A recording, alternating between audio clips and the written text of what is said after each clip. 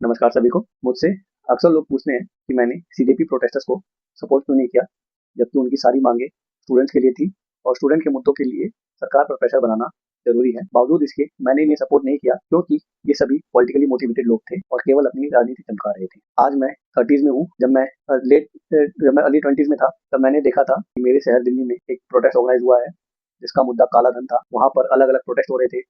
जो लोग प्रोटेस्ट कर रहे थे वो काफी स्ट्रॉन्ग क्रेडेंशियल्स वाले थे। कोई आईआरएस की नौकरी छोड़कर आया था, कोई योग गुरु था। उसमें जो भी मीडिया वाले थे वो कड़े सवाल पूछकर सरकारों पर घेरते आए थे। मैं भी उसको लेकर काफी मोटिवेटेड था। मैं भी टोपी पहन के गया था, मुझे चाहिए जन लोकपाल। बाद में कौन क्या साबित हुआ हम सब ने देखा। लोकपाल आया।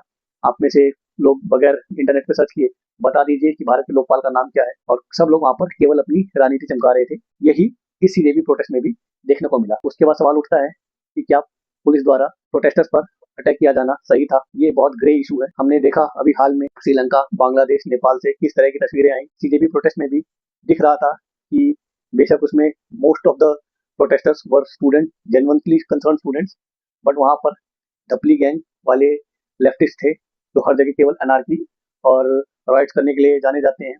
साथ ही बहुत सारे ऐसे ड्रेडेड क्रिमिनल्स थे जो उनके बीच घुसे हुए थे, जिनकी पहचान पुलिस अभी तक कर रही है। अगर वो प्रोटेस्टर्स संसद भवन या किसी इंपॉर्टेंट बिल्डिंग तक पहुंच जाते और वहां पर से भी हम नेपाल और श्रीलंका जैसी तस्वीरें भारत में देखते तो शायद ये सिचुएशन ज्यादा खराब हो जाती। और लीडर्स का समझ में आ रहा था कि उन्होंने ऐसी बना रखा है कि जैसे ही प्रोटेस्ट वायलेंट हुआ वो लोग छिप गए, ताकि अगर ऐसा वायलेंस हो जाता और कोर्ट उनसे जवाब मांगती तो वो अपनी जिम्मेदारी से बच सके। उसके बाद पुलिस के एक्शन ने इन सब चीजों को होने से रोका और इनकी राजनीति को भी प्रभावित किया, पर साथ ही देश के बड़े हिस्सों में बचाया। पुलिस के एक्शन कई जगह अनजस्टिफाइड हो सकते हैं, इसकी समीक्षा सुप्रीम कोर्ट करेगी, मगर बाय एंड लार्ज पुलिस द्वारा लोगों को रोका जाना सही था। इसके बाद अक्सर मुझसे सवाल पूछते हैं कि भाई इस्तीफा देने में इतनी देर क्यों लगाई।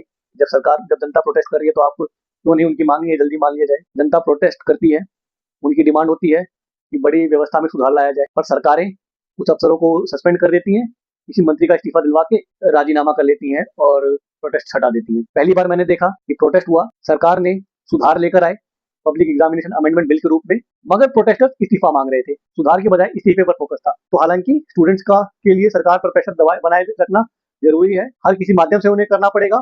मेन स्ट्रीम ओपोजिशन पार्टीज को सामने से आके सरकार के ऊपर प्रेशर बनाना पड़ेगा। स्टूडेंट्स को भी अलग अलग ऑर्गेनाइजेशन के थ्रू सरकार पर से डायरेक्ट टॉक्स करनी पड़ेगी, मगर इन जैसे प्रोटेस्टर्स को अपनी राजनीति चमकाने का मौका नहीं दिया जाना चाहिए। धन्यवाद।